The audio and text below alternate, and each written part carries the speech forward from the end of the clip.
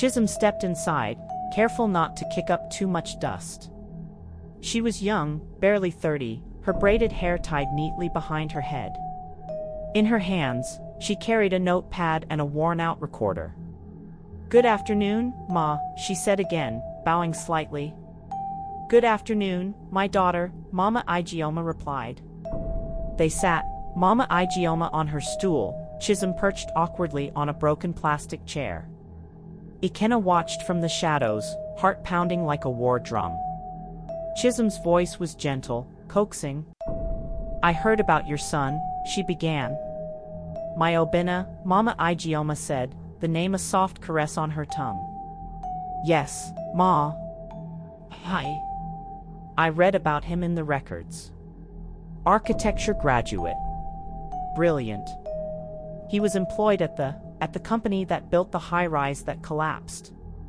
Chisholm hesitated, measuring her words. Mama Ijeoma smiled sadly. "Everyone says my son is dead. And, you don't believe that?"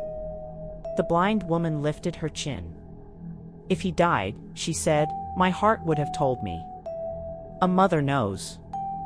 Her fingers twisted in her lap, knotted and desperate. Chisholm swallowed hard, pity flickering across her face.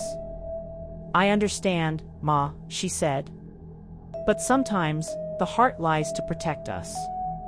Mama Ijeoma shook her head stubbornly. "My son is alive. When he finds his way, he will come back home. Until then, I sweep his path every morning." Tears prickled at Chisholm's eyes. She scribbled a few notes. "I would like to come back, Ma," she said, rising to her feet. "I have some documents, some records. Maybe it would help. Maybe bring peace." Mama Ijeoma nodded vaguely, her face turning back towards the yard, towards the life she had built from dust and memory. "Come if you must," she said. "But I already have peace. My son will come home." Chisholm lingered a moment longer, then slipped out the gate, her shadow stretching long and thin against the setting sun. Ikenna did not move for a long time after she left. The silence in the compound was heavy, choking. Mama Ijeoma sat still on her stool, her cane resting against her knee, her face tilted towards the faint warmth of the dying day. She did not speak. She did not cry. She simply breathed, slowly, painfully, as if holding herself together one breath at a time. Ikenna finally moved, stepping closer. He wanted to speak, to tell her something, anything. But what could he say? He was not her son. He was the ghost that had slipped into her life when the real boy never came home. He was the lie she had embraced because it was better than the truth. And now, the truth was knocking at their gate. That night, the stars came out, brittle and cold. Mama Ijeoma hummed herself to sleep on her thin mat. Ikenna sat by the guava tree, arms wrapped around himself, rocking slightly like a child lost in a storm. He thought of running, of disappearing before the storm hit. But when he closed his eyes, he saw her face, the way she smiled when she spoke of her son, the way her blind eyes lit up when she heard his unseen footsteps. He could not leave. He would not leave. Not until the end. Whatever that end would be. The next morning was heavy with a strange kind of silence. Even the birds seemed muted, as if they too sensed something looming. Mama Ijeoma swept the yard in slow, careful strokes, her cane hooked around her wrist. Her hands moved by memory, by faith, by love. Every sweep was a prayer. Clear the path for my son. Let him find his way home. From his hidden place beneath the shed's shadow, Ikenna watched. His fingers itched with helplessness. The gate had not yet knocked again. But it would. He could feel it in his bones. The knock came at noon. KPA KPA KPA. Just like before, polite, patient, terrifying. Mama Ijeoma wiped her hands on her wrapper and rose. Ikenna, she whispered under her breath, not realizing she spoke his name aloud. The man in the shadows froze. He had never told her his name. And yet, somehow, she knew. Chisholm stood at the gate, holding a small, battered envelope. Her face was drawn, her eyes red-rimmed. "Good afternoon, Ma," she said quietly. "Good afternoon, my daughter," Mama Ijeoma replied. Chisholm hesitated before stepping in, as if crossing the threshold of the compound was an act of betrayal. They sat again, but this time, Chisholm did not reach for her recorder. She simply held out the envelope. "I brought some things," she said, her voice trembling. "From the files they kept after the collapse." Mama Ijeoma's hands moved forward, finding the paper by touch. Inside the envelope, thin sheets rustled. Old, brittle paper that smelled of dust and something heavier, sorrow. There was a register, Chisholm said haltingly. The list of those who were on site that day. Mama Ijeoma's fingers closed over the envelope. "Obinna's name is there, Ma," Chisholm whispered. Silence. The world itself seemed to hold its breath. Ikenna pressed himself against the wall, while rising in his throat. "No," Mama Ijeoma said simply, almost tenderly. "My son was not there." "Ma." Chisholm's voice cracked. "There were witnesses. Survivors. They remembered him. They said he tried to help others escape." Mama Ijeoma smiled, and for a moment, it was a radiant thing, a mother's pride in her child. "Of course he would help," she said softly. "Obinna has a good heart." Chisholm reached for her notepad, fumbling, desperate. "There's more, Ma. I spoke to someone, an old site worker. He said there was a young man who refused to leave, who stayed to hold up a beam so others could run." Tears filled her eyes. They believe it was your son." The words hung there, trembling. Ikenna squeezed his eyes shut. A soft, broken sob escaped him, silent, swallowed. Mama Ijeoma tilted her head, listening to the silence. She reached out a hand, her cane falling forgotten to the ground. "You are kind, my daughter," she said, her voice firm and infinitely sad. "But you are wrong." Chisholm opened her mouth to argue, then closed it. There was nothing left to say. When Chisholm left, the sun was beginning to bleed into the horizon. The gate swung shut with a soft, final click. Mama Ijeoma sat for a long time in the courtyard, her hands resting in her lap. The envelope lay untouched beside her. Ikenna crept forward, step by step, until he stood a few feet away. He opened his mouth. Closed it. He wanted to confess, to throw himself at her feet, to tell her everything. But she turned her face towards him, blind but unseeing, and smiled. "Obinna is coming home soon," she said. And in that moment, Ikenna knew, she was not ready for the truth. And maybe, neither was he. That night, the stars were hidden behind thick clouds. A storm was gathering, dark and merciless. Mama Ijeoma hummed her lullaby, her voice trembling but stubborn. And Ikenna sat under the guava tree, weeping silently for a boy he had never known, for a mother clinging to hope, for a truth that would shatter them both. The cracks had begun to show. It was only a matter of time before everything crumbled. The sky that morning was bruised purple and gray, thick with the scent of rain.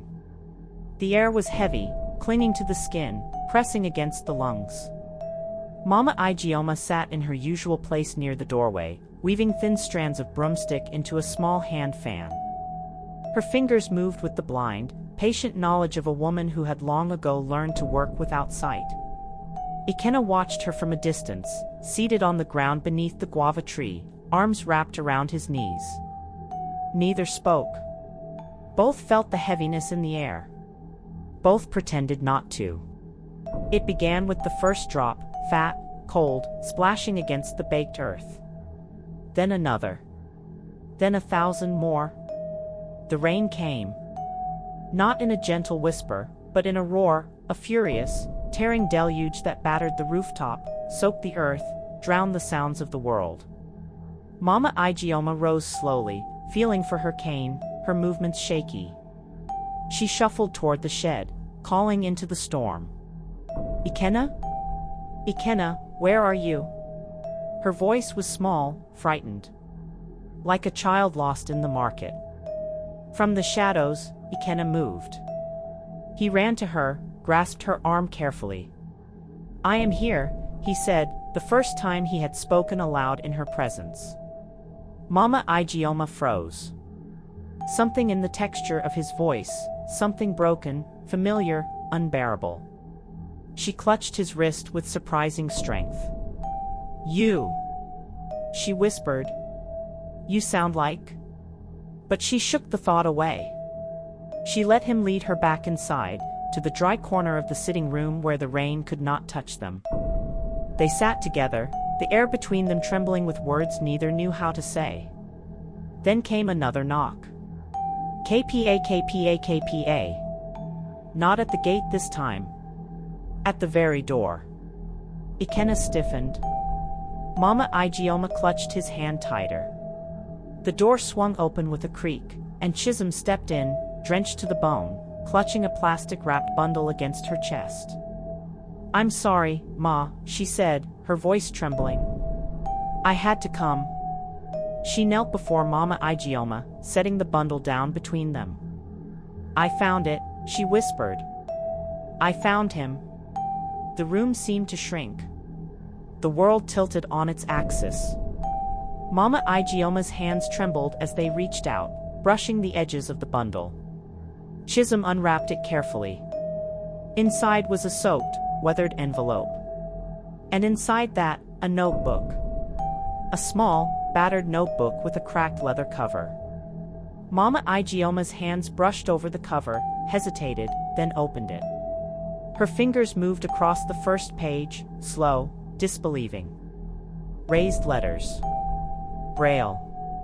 A gift she had taught herself after losing her sight. The first line read, Dear Mummy, in case you ever need to find me.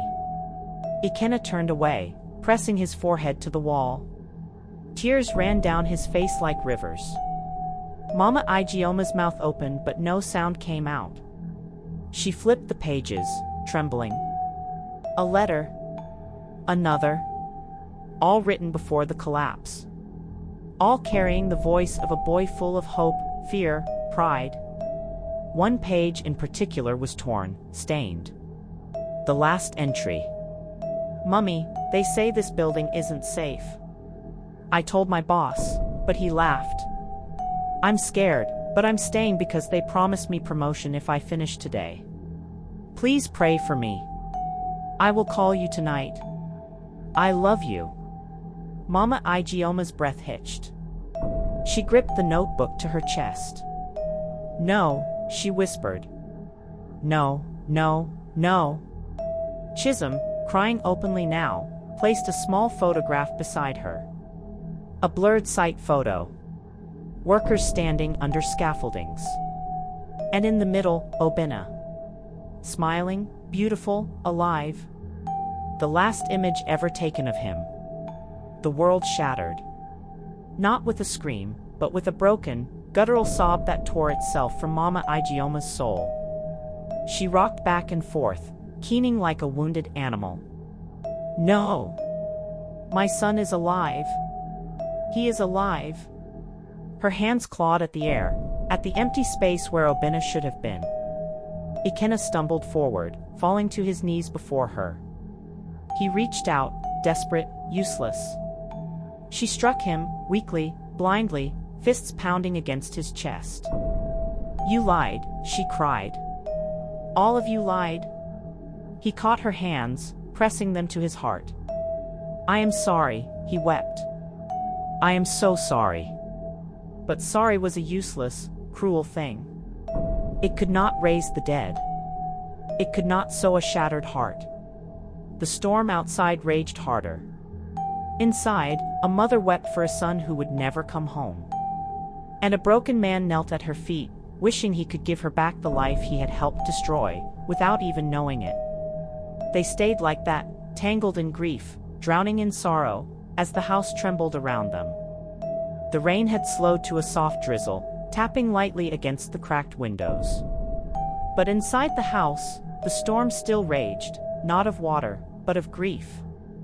Mama Ijeoma sat motionless on the floor, the soaked notebook pressed tightly to her chest.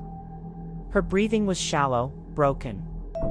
Across from her, Ikenna knelt, his hands limp at his sides, his eyes swollen and red. For long moments, there was only the sound of rain, and breathing, and the sharp, metallic taste of sorrow in the air. Then, in a voice so low it was almost a whisper, Mama Ijeoma spoke. "Who are you?" Ikenna flinched. She turned her blind face toward him, her nostrils flaring, as though trying to smell the truth from the air. "Tell me," she said. "Tell me who you are."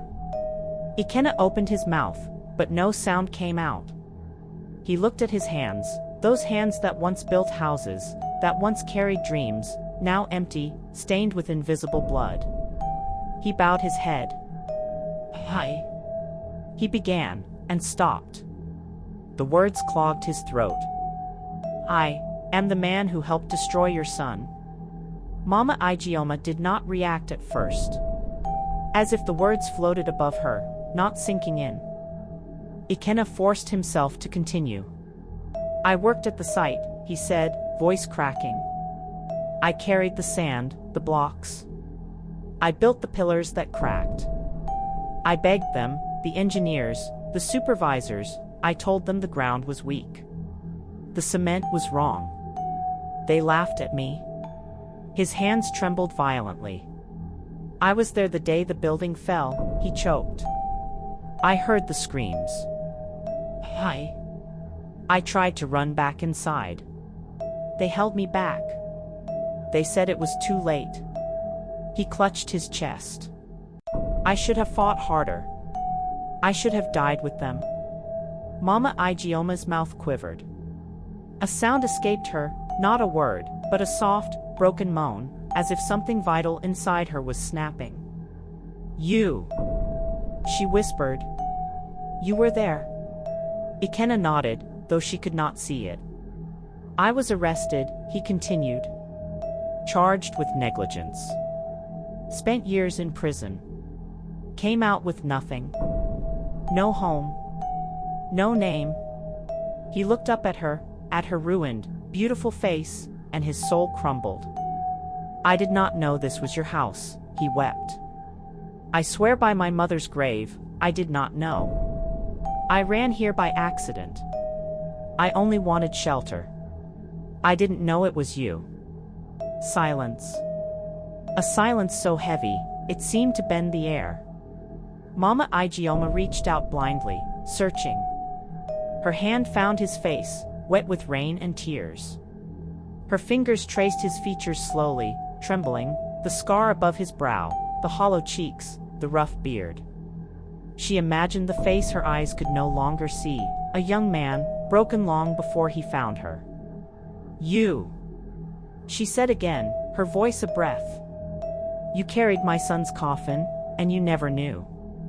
Ikenna broke apart completely.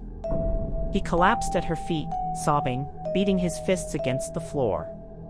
"I'm sorry," he howled. "I'm sorry. I should have died instead of him." But there was no forgiveness in the room. Not yet.